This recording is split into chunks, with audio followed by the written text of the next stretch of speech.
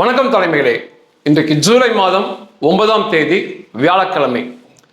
அரபிய நாடுகளுக்கு எதிரான இஸ்ரேலின் தாக்குதல் மேலும் அதன் வெற்றி தொடர்கிறது. இந்த பட்டியலில் சமீபத்தில் சேர்ந்த நாடு எகிப்து. சில தினங்களுக்கு முன்னால எகிப்து மீதான தாக்குதல் மேலும் இஸ்ரேலின் வெற்றி நடந்திருக்கு. வருகின்ற காலத்தில் இரண்டு நாடுகளோடு போர் தவிர்க்க இயலாதுன்னு சொல்லி இஸ்ரேல சொல்லுவாங்க. ஒன்று எகிப்து, இன்னொன்று துருக்கி. இந்த இரண்டு தேசத்துக்கு இடையே, இந்த இரண்டு தேசங்களுக்கும் இஸ்ரேலுக்கும் இடையேயான போர் தவிர்க்க இயலாதுன்னு சொல்லி நிச்சயமாக இஸ்ரேல நம்புறாங்க. அதற்கான தயார் நிலையில் இருக்காங்க. எகிப்து கூட சமீபத்தில் அமெரிக்க இராணுவ தலைமையகம், பென்டகனை விட பெரிதான கட்டளை தலைமையகம், எகிப்து இராணுவ கட்டளை தலைமையகம், அதோட பெயர் ஆக்டகன் அப்படின்னு சொல்லி திறந்திருக்காங்க. அவங்களுமே வருங்காலத்தில் இஸ்ரேலுக்கு எதிரான பெரிய போருக்கு தயாராகிறாங்க. மீண்டும் ஒரு முறை கேவலமான தோல்வி ஏற்பட்டு விடக்கூடாது என்பதற்காக கண்ணும் கருத்துமாக எகிப்து செயல்படுறாங்க. இரண்டு விதமான தாக்குதல் எகிப்து மீது மேற்கொள்ளப்பட்டது. ஒன்று, காசாவில் வைத்து நேரடியான தாக்குதல் எகிப்து மேல் நடத்தப்பட்டது. இன்னொன்று, உலக கால்பந்தாட்டத்தில் திரைமறைவு தாக்குதல் எகிப்து மேல் நடத்தப்பட்டது. முதல்ல காசால பார்க்கணும் அப்படின்னா, காசால எகிப்து புனரமைப்பு நிவாரண மையம், எகிப்து சார்பாக காசால புனரமைப்பு நிவாரண மையம் செயல்படுது. எகிப்து என்ன சொல்லுவாங்கன்னா, காசாவையே மீட்பது எகிப்து தான், காசாவை காப்பாற்ற வந்த இறை தூதுவன் எகிப்து அப்படிங்கிற மாதிரி மிகப்பெரிய பில்டப்பை காசாவுக்குள் செயல்படுத்துவார்கள். காசா மக்களை அப்படிதான் நம்ப வைப்பாங்க. அதுக்கேற்றாற் போல விளம்பரங்கள் போன்றவை செய்யப்படும். எகிப்துடைய புனரமைப்பு குழு ஒன்று காசாவில் செயல்படுது. அதனுடைய தலைவனாக, டைரக்டராக இருந்தவன் தான் முகமது ஃபவாஸ் அல் வஹிதி. எகிப்து தரப்பிலிருந்து வந்த குழுவுக்கே இவன் தான் தலைவன். இவனுடைய தலைமையில தான் அனைத்து நிவாரணமும் நடைபெற்று வந்தது. சமீபத்தில் இப்போ உலகக்கோப்பை நடக்குது. அதை காசா மக்கள், அகதிகள் பார்க்க வேண்டும் என்பதற்காக காசா முழுவதும் ராட்சத திரையரங்குகள்ல அந்த உலகக்கோப்பையை பார்ப்பது போல செய்து வந்தவன் இந்த நபர் தான். எனக்கு தெரிஞ்ச இந்த உலகக்கோப்பை கால்பந்து ஆட்டத்தில் இரண்டு அரபு நாடுகள் தகுதி பெற்றிருந்தது. ஒன்று எகிப்து, இன்னொன்று மொராக்கோ. மொராக்கோ இஸ்ரேலின் நட்பு நாடு, எகிப்து அப்படி அல்ல. காசா மக்கள் தொடர்ச்சியாக கால்பந்தாட்டம் பார்ப்பதற்கு ஏற்பாடு செய்து வந்தவன். அதனை தாண்டி எண்ணற்ற உதவிகளை காசாவுக்குள் செயல்படுத்தி வந்தவன் தான் இந்த டைரக்டர். 9ஆம் தேதி 6ஆம் தேதி காசாவிற்குள் வைத்து இவன் ஒரு வாகனத்தில் செல்லும் போது இஸ்ரேலுடைய ட்ரோன் தாக்குதலில் கொடூரமாக கொல்லப்பட்டான். இவன் சென்ற வாகனம் தெரியாமல், இது வாகனமா என தெரியாமல் ஆக்கப்பட்டது. இவன் மருத்துவமனை கொண்டு போய் அவங்க மரணமடைந்தான் என்று சொல்லப்பட்டு எகிப்து காசாவில் வைத்தே இவன் புதைக்கப்பட்டதாக தகவல் வந்தது. ஒரு புனரமைப்பு நிறுவனத்துடைய ஒரு நாட்டின் தலைவனை இஸ்ரேல் கொள்ளுவது உண்மையாகவே ஆச்சரியப்படுத்தும் செயல். ஒரு தலைவனை கொன்று காட்டுவது. இந்த தாக்குதல் நடைபெறும் போது அவனோடு சேர்ந்து 3 பேர் கொல்லப்பட்டாங்க. 2 பெரிய நபர்கள், ஒரு குழந்தை, மொத்தம் 4 பேர் கொல்லப்பட்டாங்க அந்த இடத்துல. இஸ்ரேல் தரப்புல கேட்கும் போது இது அவனுக்கு வைத்த குறி அல்ல, ஒரு ஹமாஸ் பயங்கரவாதி வாகனத்தில் செல்வதாக தகவல் வந்தது, உறுதிப்படுத்தப்பட்ட தகவல். அந்த வாகனத்தை தாக்கி அழிக்கும் போது இவனும் இணைந்து கொல்லப்பட்டிருக்கிறான் அப்படின்னு இஸ்ரேல் விளக்கம் வச்சு. உண்மையாகவே 2 பேர் உடன் கொல்லப்பட்டிருக்காங்க, பெரியவர்கள்.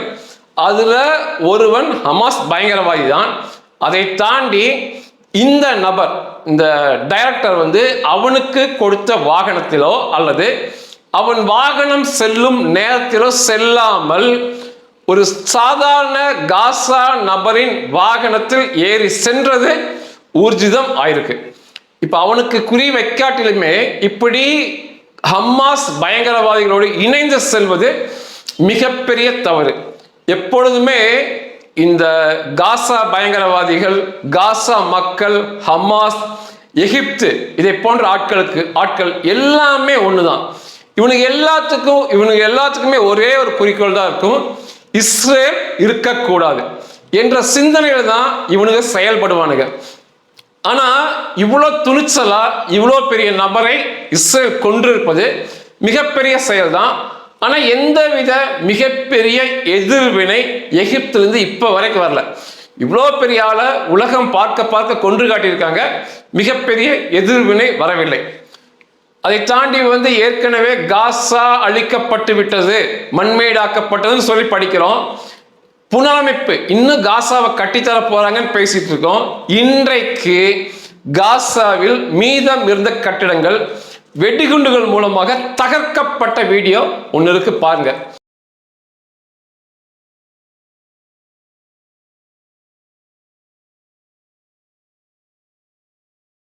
இந்த வீடியோவை எடுத்தது இஸ்ரேல் ராணுவ வீரர்கள். இதை தகர்த்தது இஸ்ரேலுடைய ராணுவத்தின் பொறியாளர் குழு தான். அது ஏற்கனவே எலும்பு கூட அந்த கட்டடம் தான், ஆனா பெரிய கட்டடம், தரை மட்டம் பண்ணி காமிச்சிருக்காங்க. தொடர்ச்சியாக காசாவுக்குள் கட்டிடங்களை அழிப்பது இன்றைக்கு வரைக்கும் தொடருது. ஆனா நம்ம கேள்விப்படும் தகவல் என்ன, காசாவை கட்டித்தர போறாங்க, காசாவை அழகாக்க போறாங்கன்னு சொல்லிட்டு இருக்காங்க. ஆனால் நிஜத்தில் காசா இன்று வரை மண்மேடு ஆக்கப்படுவது தொடர்ந்து வந்துட்டு இருக்கு. இது எகிப்து மீதான இஸ்ரேலின் நேரடி தாக்குதலை எடுத்துக்கலாம். காசாவிற்கு வைத்து மறைமுக தாக்குதல், அதில் வெற்றி இஸ்ரேல் பெற்றது. முடிந்த உலகக்கோப்பை கால்பந்து ஆட்டத்தில் எகிப்தும் அர்ஜென்டினாவும் மோதினாங்க. இதுல தோற்கும் அணி வெளியே போக வேண்டும், அந்த நிலையில் தான் இந்த ஆட்டம் இருந்துச்சு. எகிப்து அணி என்பது உலக இஸ்லாமிய மற்றும் அரபிய, பாலஸ்தீன, காசா மற்றும் எகிப்து நாட்டை பிரதிநிதித்துவப்படுத்துகின்ற அணியாக பார்க்கப்பட்டது. உலகில் உள்ள அனைத்து இஸ்லாமிய அரபியர்கள் எகிப்தனின் பின்னால் இருந்தாங்க. அர்ஜென்டினா என்பதற்கு பின்னால அர்ஜென்டினா மற்றும் இஸ்ரேல் இருந்தது. இஸ்ரேலுடைய மிகப்பெரிய நட்பு நாடு அர்ஜென்டினா. இந்த நாடுகள்ல கால்பந்தாட்டங்கள் உயிரை விட மிக மேலான வெறித்தனமாக இருக்கும். இந்த அரபு நாடுகள், இஸ்ரேல், அர்ஜென்டினா, இந்த பகுதி முழுக்க உயிரை தாண்டி வெறித்தனமா இருப்பாங்க இந்த கால்பந்தாட்டத்துல. இங்க எகிப்து ஆட்டத்துல பாலஸ்தீன கொடிய தொடர்ச்சியா பறப்பது, அங்க வருபவர்கள் பறக்க விடுவதை பார்க்க முடிந்தது. அர்ஜென்டினா இந்த ஆட்டத்தில் விளையாடும் போது அங்கே இஸ்ரேலின் கொடி பறந்ததை பார்க்க முடிந்தது. அதை தாண்டி எகிப்து ஒவ்வொரு முறை வெற்றி பெறும் போதும் அந்த வெற்றியை பாலஸ்தீனத்திற்கு, காசாவிற்கு அர்ப்பணிப்பது எகிப்துடைய தலைமை பயிற்சியாளர். இன்னைக்கு கால்பந்து ஆட்டத்தில் அந்த கோச்சை தான் ரொம்பவே பார்ப்பாங்க, தலைமை பயிற்சியாளர். அவருடைய பெயர் ஹுசாம் ஹாசன். ஒவ்வொரு முறை எகிப்து வெற்றி பெறும் போதும் பாலஸ்தீன கொடியை எடுத்து காட்டுவது, காசாவிற்கு வெற்றியை சமர்ப்பிப்பது. அப்படி என்று இந்த காசா வெற்றியை ஒவ்வொரு முறை எகிப்து விளையாடும் போதும் உலக அரங்கில் கொண்டு சென்றான் திட்டமிட்டு. இந்த கால்பந்தாட்டம் உலகத்துல அதிகம் பார்க்கப்படக்கூடிய விளையாட்டு. இதுல பாலஸ்தீன கொடி, காசா பிரச்சனை மீண்டும் பேசும் பொருளானது உலக அரங்கில இவனுக்கு பண்ண வேலையில. இந்த ஆட்டத்துல நிஜமாக வெற்றி பெற்றது என்று சொன்னால் எகிப்து தான். 2 கோல் எகிப்து போட்டிருந்தாங்க. அர்ஜென்டினா 0 என்ற அளவில் இருந்தாங்க. ஆட்டத்தின் சில நிமிடம் வரைக்கும் இந்த போக்கு தான் தொடர்ந்தது. கால்பந்தாட்ட வரலாறுல இவ்வளோ நேர குறைவுல 2-0 என்று இருந்த அணி தோற்கடிக்கப்பட்டது கிடையாது, அப்படிதான் சொல்லுவாங்க. அப்படி எகிப்து வெற்றி பெற்றது என்று சொல்லப்பட்டது. இந்த தடவை எகிப்து வெற்றி பெற்றா அர்ஜென்டினா தோல்வியடையும். அர்ஜென்டினா தோல்வி அடைந்தால் இஸ்ரேல் தோல்வி அடைந்தது போலாகும். மேலும் காசாவின் கொடி வெறித்தனமா அங்க பறக்க விடப்படும். மிக வெறித்தனமாக கத்தி ஆர்ப்பாட்டம் பண்ணுவாங்க, இஸ்லாமிய, அரபிய, மொத்த உலகத்திலையும். இதுதான் அன்னைக்கு நடந்திருக்கும். ஆனா ஆச்சரியம், அந்த ஆட்டத்துல ரெஃப்ரியாக, தலைமை ரெஃப்ரியாக இருந்தவர் பிரான்ஸ் நாட்டை சேர்ந்தவர். அவருடைய பெயர் பிராங்கோஸ் லிட்டாக்சியர். எகிப்து வெற்றி பெற்று விட்டது என்று நினைக்கும் போது கடைசி சில நிமிஷங்கள்ல அவருடைய சில தவறான முடிவாலையுமே 3 கோலை அர்ஜென்டினா போட்டு 3-2 என்று அர்ஜென்டினா வெற்றி பெற்றது. வரலாறு காணாத வகையில மிகப்பெரிய ஆத்திரம் அனைத்து அரபிய இஸ்லாமிய உலகத்துல இருந்தது.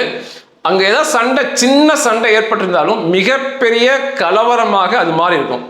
இதுல எகிப்துடைய பயிற்சியாளர்கள் தகராறே பண்ணாங்க. இதுல எகிப்து தலைமை பயிற்சியாளருக்கு மஞ்சள் அட்டை காண்பிக்கப்பட்டது ரெஃப்ரி மூலமாக. இன்னொரு பயிற்சியாளர் வந்தவனுக்கு சிவப்பு அட்டை காண்பிக்கப்பட்டது.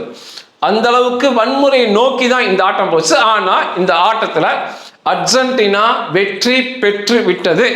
எகிப்து தோல்வியடைந்து வெளியேறிவிட்டது. இந்த பாலஸ்தீன கொடி, காசா பிரச்சாரம் எல்லாமே அங்கே பூஜ்ஜியமாக்கப்பட்டது. இது இஸ்ரேலுடைய மறைமுக தாக்குதல். பின்னால வெளிவரும் இது எப்படி பண்ணாங்க, கடைசி நிமிடத்துல ஆட்டத்தின் போக்கை மாற்றியது யார், ரெஃப்ரி ஏன் அப்படி நடந்துகிட்டார் என்பது எல்லாமே பின்னாட்களில் சில வருஷம் கழிச்சு நிச்சயமாக தெரிய வரும். இதற்கும் பின்னால் நிச்சயமாக மொசாத் நிச்சயமாக இருக்கும். எதிரி நாடுகளுடன் சண்டையில மட்டும் வெற்றி பெற்றால் மட்டும் போதாது, இதை போன்ற பிரம்மாண்ட சர்வதேச அரங்கிலுமே வெற்றி பெற வேண்டும். இதுல மட்டும் எகிப்து வெற்றி பெற்றிருந்தால் அது பாலஸ்தீனத்துக்கு, காசா பிரச்சனைக்கு மிகப்பெரிய பூஸ்டை கொடுத்தது போல அமைந்து உலக அனைத்தில் உள்ள இஸ்லாமிய அரபிய நாடுகள் காசால, பாலஸ்தீனத்துல, எகிப்துல மிகப்பெரிய கொண்டாட்டம் ஆடிருப்பானுங்க. அனைவர் தலையிலும் மண்ணை போட்டு பூஜ்ஜியமாக்கப்பட்டு வீட்டுக்கு அனுப்பப்பட்டாங்க எல்லாமே. இதுவுமே ஒரு மிகப்பெரிய இஸ்ரேலின் வெற்றி தான். இஸ்ரேலுக்கு நமது மோடிஜி, அமெரிக்க அதிபர் ட்ரம்ப் போல அர்ஜென்டினா அதிபருமே மிக நெருங்கிய நண்பர். அவர் அந்த வெஸ்டர்ன் வால் அங்கெல்லாம் போய் கடவுளை பிரார்த்தனை செய்தது, இஸ்ரேலுக்காக அவர் பிரார்த்தனை செய்தது உலக புகழ்பெற்ற புகைப்படங்கள். இஸ்ரேல் பிரதமர் நெத்தன்யாவுக்குமே நமது மோடிஜியை போல அவர் மிக நெருங்கிய நண்பர். இஸ்ரேல் கைவிடாமல் அர்ஜென்டினாவை மிகப்பெரிய வெற்றியை பெற வைத்தது அப்படிதான் சொல்லணும். இதுதான் இங்க மிகப்பெரிய செய்தியா வரல. அநேகர் இந்த எகிப்தினுடைய கால்பந்தாட்ட தோல்விக்கான நிஜ காரணம் புரியாம ஏதோ பேசுறாங்க. இது மொசாத் பெற்ற வெற்றி. பின்னால சொல்லுவாங்க இது எப்படி நாங்க வெற்றி பெற வச்சோம், அந்த முடிவுகள் எப்படி மாற்றினோம் அப்படின்னு சில வருஷம் கழிச்சு சொல்லுவாங்க. இப்ப சொன்னா அது மிகப்பெரிய கேஸ் ஆயிரும். இப்பவே அந்த ரெஃப்ரிக்கு எதிராக, அந்த ஆட்டத்திற்கு எதிராக வழக்குகள் பதியப்படும் என்று எகிப்து தரப்புல பேசிக்கிட்டு இருக்காங்க. நிச்சயமாக இப்படிதான் எந்த வித சமரசமும் இல்லாமல் எதிரிகளை தொடர்ச்சியாக தாக்க வேண்டும். நிஜ சண்டையிலும் சரி, சண்டை களத்திற்கு வெளியே ஏற்படும் போட்டிகளிலும் சரி, இதை போல சர்வதேசம் பார்க்கின்ற போட்டிகள்ல இந்த அரபிய மூட ஜனங்களை மிகப்பெரிய அளவில் தோற்கடிக்கப்பட்டு அவர்களை துரத்தி விடணும். அப்போதான் அவங்க எல்லாம் அடங்கி இருப்பாங்க. இன்னொன்னு, எகிப்து வெளியில இப்படி சொல்லுவானுங்க, நாங்க காசாவை காப்பாற்ற வந்தவங்க, நாங்கள் காசாவை காப்பாற்ற பிறந்த தூதுவர்களும் சொல்லுவாங்க. ஆனா ஒரே ஒரு காசா வாசியை எகிப்து கூட விட மாட்டாங்க. உலக அளவில் மிகப்பெரிய பாதுகாப்பு வேலி எங்க இருக்குன்னா, காசா எகிப்துக்கு இடையே இருக்கின்ற பாதுகாப்பு வேலி தான் அவ்வளோ பிரம்மாண்டமான மதில் சுவர் மற்றும் வேலி. எந்த வித ஒரே ஒரு காசா குழந்தை கூட உள்ள வராத போல மிக கச்சிதமாக இருப்பானுங்க. ஆனா வெளி உலகத்துல இப்படி நாடகம் போடுவானுங்க, நாங்க தான் காசாவை காப்பாற்ற வந்தவங்க. அப்படி காப்பாற்ற வந்தவங்க எகிப்து என்பது மிக பிரம்மாண்ட நிலப்பகுதி. இந்த காசா மக்களை கணிசமாக வாங்கி நல்லபடியா வாழ வைக்கலாம். ஆனா அதெல்லாம் அப்படி உருப்படியான காரியம் செய்ய மாட்டாங்க. ஒரு சமாதானத்துக்கு ஏற்ற காரியங்கள் மற்றும் போரை நிறுத்தக்கூடிய சூழல்கள், நிஜமாக ஒரு இஸ்ரேலோட உண்மையா இஸ்ரேலை நல்லபடி இருக்க வைக்கக்கூடிய சூழல்கள். இது போல இந்த காசா பயங்கரவாத பிரிய மக்களை கணிசமா வாங்கலாம். ஏன்னா மிகப்பெரிய நிலப்பரப்பு, கற்பனைக்கு எட்டாத நிலப்பரப்பு எகிப்து. சிறிய குழந்தைய கூட உள்ள விட மாட்டானுங்க. அவ்வளோ பெரிய வேலியை வச்சுக்கிட்டு வெளியே இப்படி சீன் கிரியேட் பண்ணுவாங்க.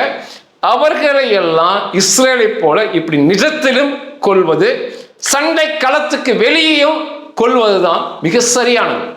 நன்றிகள்.